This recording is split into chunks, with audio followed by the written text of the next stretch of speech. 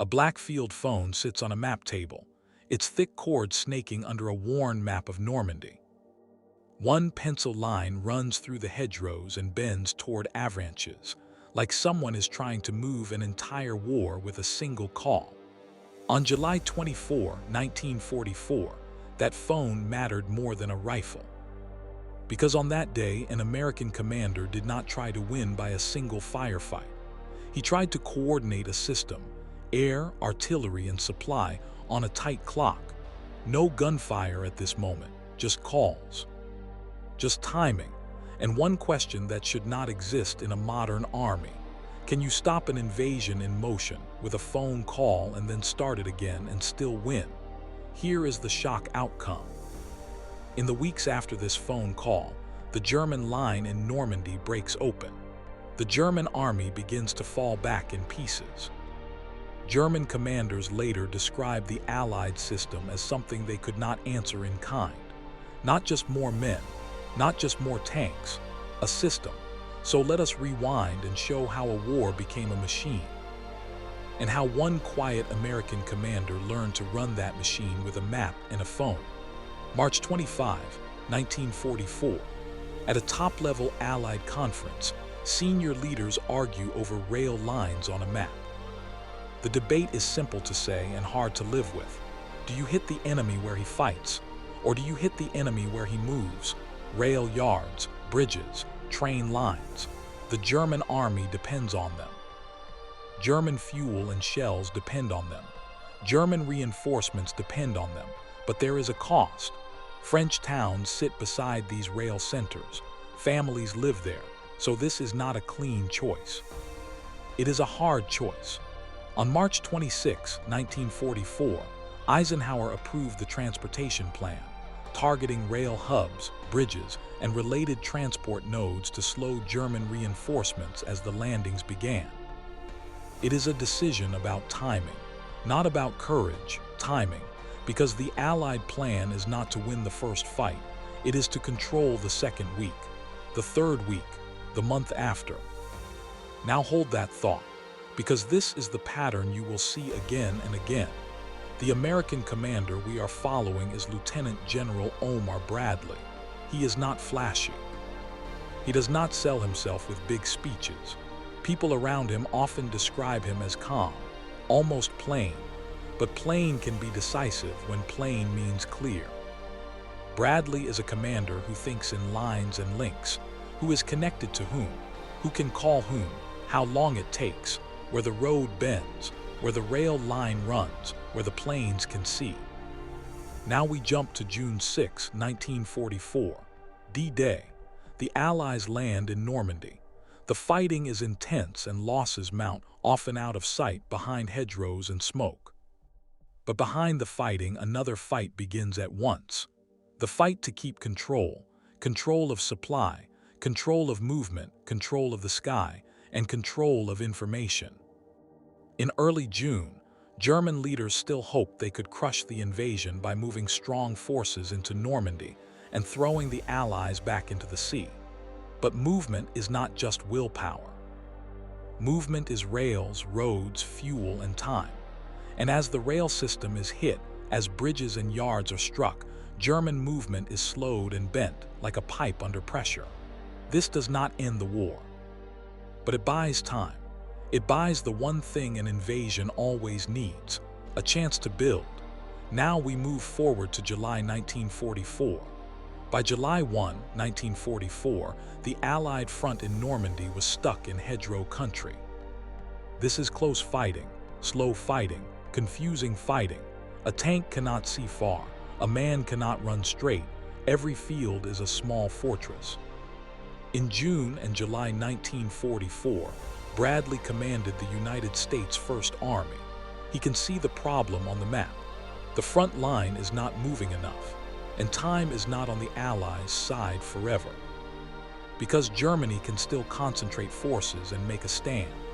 So Bradley and his key ground commander in the planned break point, Joseph Collins, begin to build a plan that is more than a push.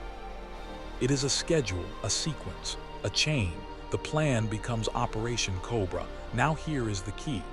Cobra is not only about men advancing, it is about three big forces working as one: artillery, air power, and movement on the ground, including the roads and the rails that decide what can reach the front and when.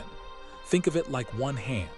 Artillery is the fist, air is the arm that reaches out, and the roads and rails are the bones that hold the force together.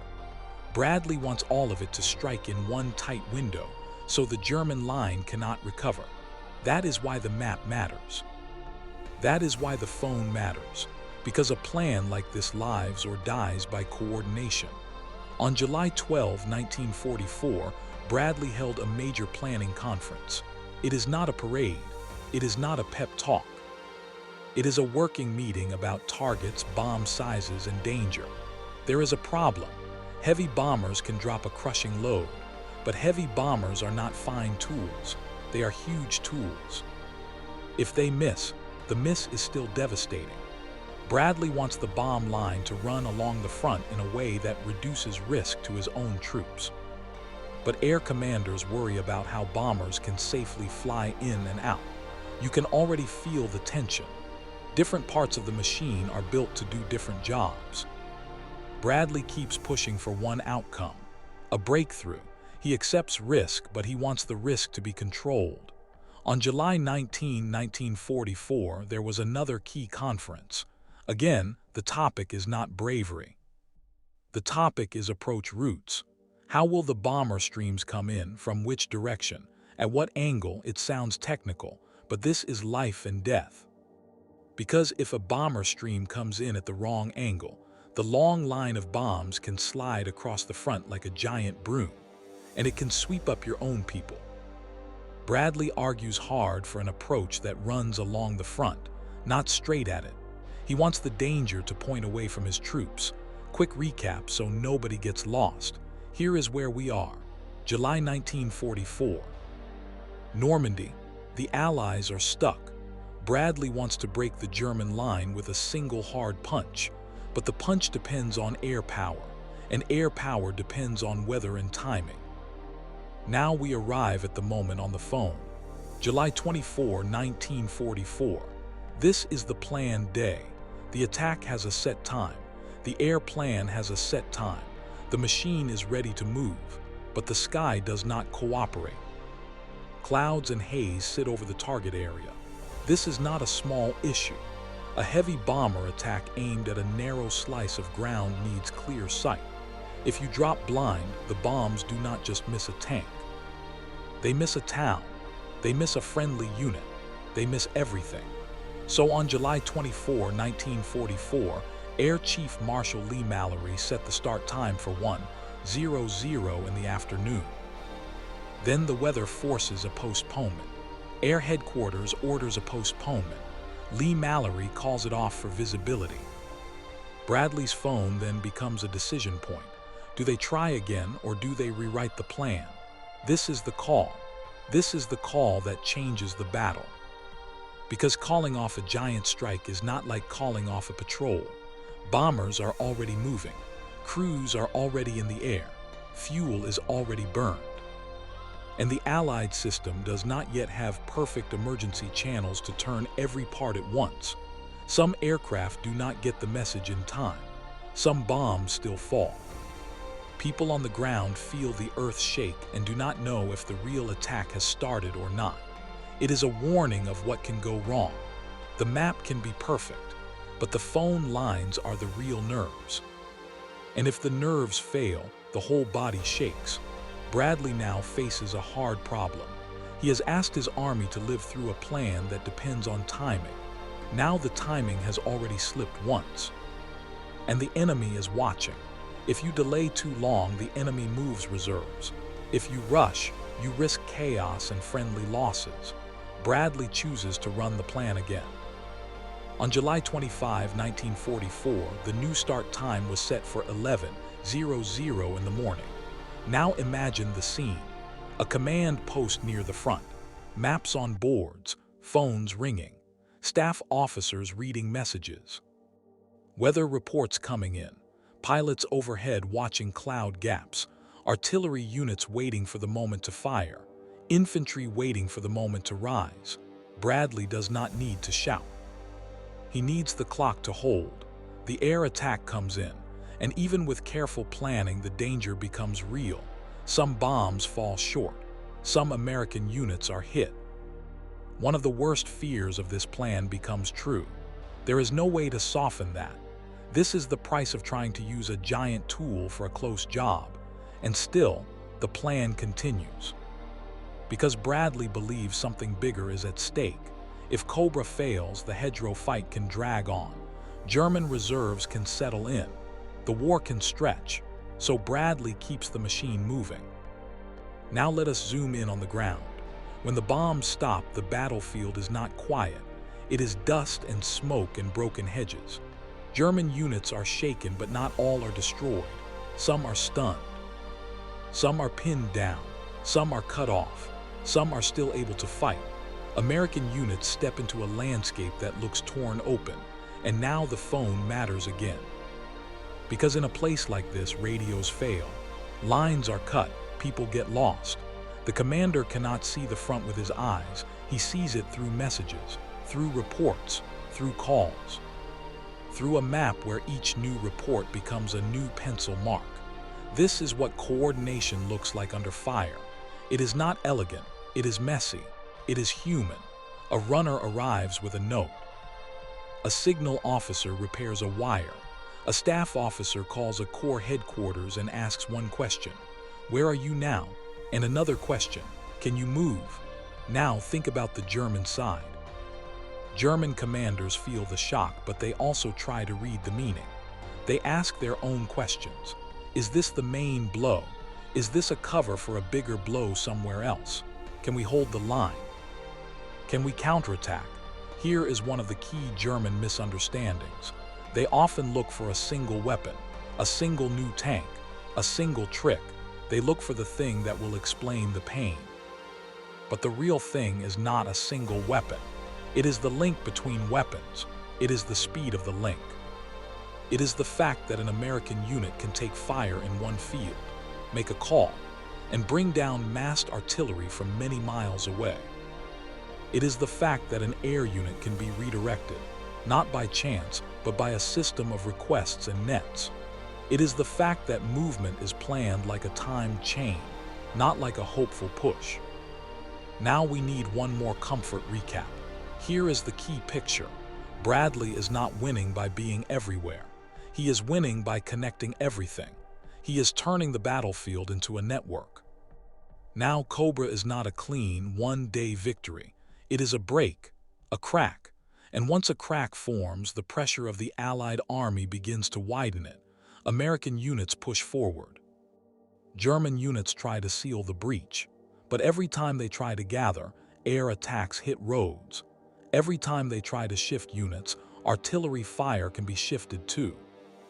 The German line becomes less like a wall and more like a tired rope. Now we move forward a short time. August 2, 1944. Hitler orders a counterattack in Normandy. This is not a small local move. This is a planned strike meant to cut the Allied advance and reach the coast area near Avranches. If it works, it could split Allied forces and trap units. It is a desperate idea, but not a foolish one, because if you are losing, you do not win by backing up. You win by breaking the enemy's rhythm. The German plan depends on surprise. It also depends on the weather, fog, cloud, the hope that Allied aircraft cannot see. The plan is meant to strike at night, push fast, and then hold. A thrust, then a wall. The German commanders set a time. The attack was scheduled for late evening on August 6, 1944. Then it slips. Delays push the main push into the early hours of August 7, 1944. Even in the German plan, time is the core. But time is also a trap, because the Germans are not only fighting Americans on the ground, they are fighting the American system.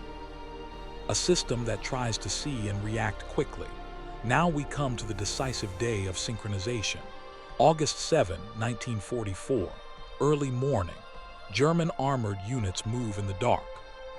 They push into American lines near Mortain. In the first hours, there is confusion and fear. Some American units are cut off. Some positions are overrun. This is the kind of moment German commanders want. A moment where the enemy cannot connect his own parts, where the phone lines are cut, where orders cannot travel, where artillery cannot be massed, where air power cannot be called. If you can create that moment, you can win. Now watch what happens. American commanders react fast, not because they are lucky, because they have learned what the map and the phone are for. The American Corps commander in this area is Collins, the commander who helped plan Cobra. He has been living in this world of timing and wires for weeks. On August 7, 1944, Collins began to demand something that sounded simple. He wants reports, often. He wants to know, hour by hour, what is happening, because a map without fresh marks is a dead map. So Collins orders hourly reports, even in the chaos. He tells his units to keep the wire lines alive, and he does something that shows you how much the phone matters. He orders tanks to protect the wire repair teams. Think about that. A tank made to kill enemy armor is assigned to protect men with spools of wire. That is how a network fights. Now there is a second factor. The Germans expected fog. They expected cover. But on August 7, 1944, the day dawned clear enough for Allied aircraft to see. And once the sky opens, the German attack becomes a target. Allied aircraft begin to strike roads and columns. This is not random. It is tied to the ground fight. It is part of the machine. Pilots see movement, report it, and strike it. Ground units call for help, and help comes. German units that hope to move like a knife in the dark now find themselves exposed. Their timing collapses. Their fuel trucks are hit. Their columns are broken. Their attack slows. And when an attack slows, it often stalls, still exposed but no longer moving. Because you are still in enemy range, but you are no longer moving. Now we add the third element, artillery. American artillery fires hard, not as single guns acting alone, but as a coordinated mass. Calls come in. Fire missions are assigned. Batteries that are not under direct threat still fire to help batteries that are. This is a key part of what Germans struggle to match at this stage. Because the American system can shift weight fast. A German unit might think it has found a weak spot. Then, within a short time, that weak spot is covered by artillery from several directions. That is what makes it hard to counter in real time. Not magic, not superhuman skill. A system that turns information into fire. Now, comfort recap. Here is where we are. August 7, 1944. Mortain. A German counterattack is trying to cut the Allied advance. It begins with surprise. It depends on fog and speed. But the American system answers with wires, reports, artillery, and aircraft. The German plan begins to fall apart by daylight. Now, in the middle of this, there is a human story. An American infantry division holds ground under pressure. Men hold hills. They call for fire. They pass messages. They fight, not only with rifles, but with the link back to the bigger machine. Because if they can hold long enough, the system can respond. This is one of the quiet truths of modern war. A small group can survive a big attack if it stays connected, if it can report, if it can be called, if it can keep the enemy in place until the rest of the machine turns. The German commanders do not fail because they are cowards. They fail because their plan requires one thing above all: a clean, fast movement window. And the Allies, by August 1944, are built to crush movement windows. Their rail strikes have slowed German reinforcement for months. Their air power hunts columns. Their artillery can be massed quickly. Their command posts run on phones, radios, and routines. They are not perfect. They make mistakes. They suffer losses, but they keep the rhythm. Now we return to Bradley, because Bradley is the one who sits above this and makes the machine work at scale. Bradley is not the pilot diving on a tank. Bradley is not the gun crew firing a shell. Bradley is the man making sure those things can be aimed at the same problem in the same hour. During this period, Bradley is also building a new structure. On July 14, 1944, the headquarters that will become the 12th Army Group was established, and on August 1, 1944, it took operational control of major American armies. This matters because it shows the war growing. It is no longer one army fighting in a corner of France. It is becoming an entire system moving across a country. And systems need coordination even more than units do, because the bigger the system, the easier it is to lose control. Bradley's style fits this kind of war. He is not trying to do everything. He is trying to connect everything. Now think about the loops we promised. What call changed the battle? On July 24, 1944, weather and a premature bombing run forced commanders to pause and reset Cobra for July 25, because it proved the plan was not just forced, it was timing. Bradley had to decide whether to risk a bad strike or to lose surprise. He chose the delay, then chose to run the plan again, and the plan still broke the line. That is a story about control under pressure. The second loop. What did Germans misunderstand? They misunderstood the nature of the enemy. They thought they were fighting separate parts, an air force, an artillery arm, an infantry line, a supply chain, but they were fighting a connected system, a system that could take a shock, reroute, and still hit back fast. Now we should not pretend this was clean. Operation Cobra included tragedy, confusion, and mistakes. The Mortain fight included fear, loss, and close calls. But the question is not whether war is messy. War is always messy.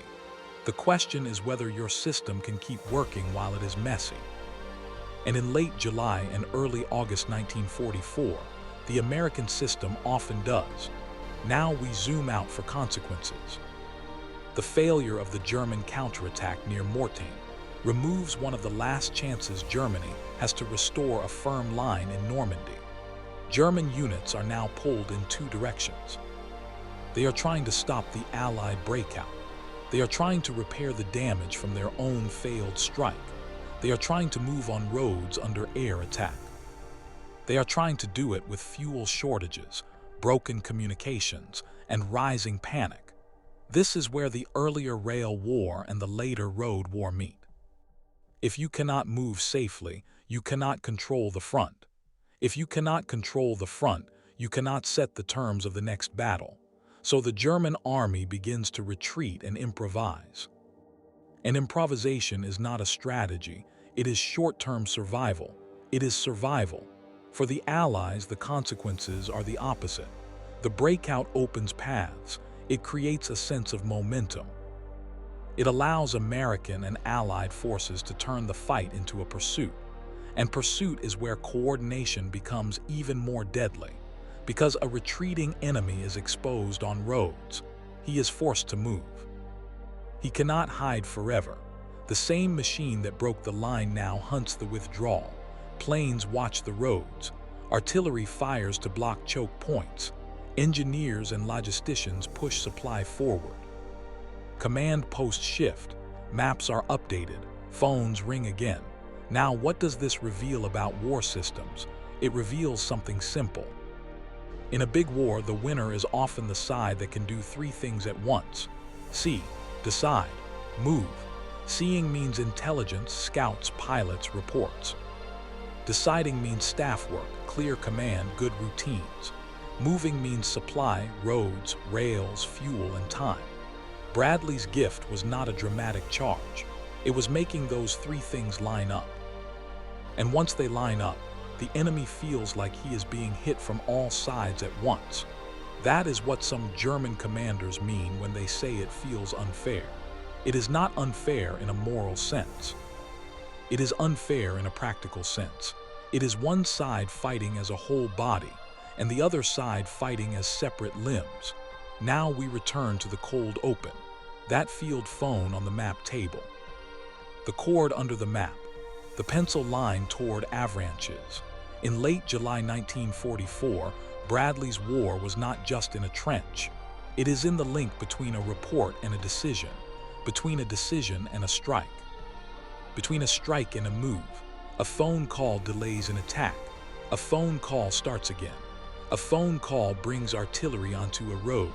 A phone call warns of a counterattack. A phone call keeps wire teams alive. This is how the American commander beats Germany with a map and a phone. Not alone, not by magic, but by turning a huge, messy army into a timed machine that can still work when the sky clouds over, when bombs fall short, and when the enemy lunges in the dark. And when you can do that, you do not just win one day. You break the enemy's ability to recover. That is the real victory. The victory over rhythm. The victory over time. Freeze the frame again on the phone. It is still there, silent now, but it did its job.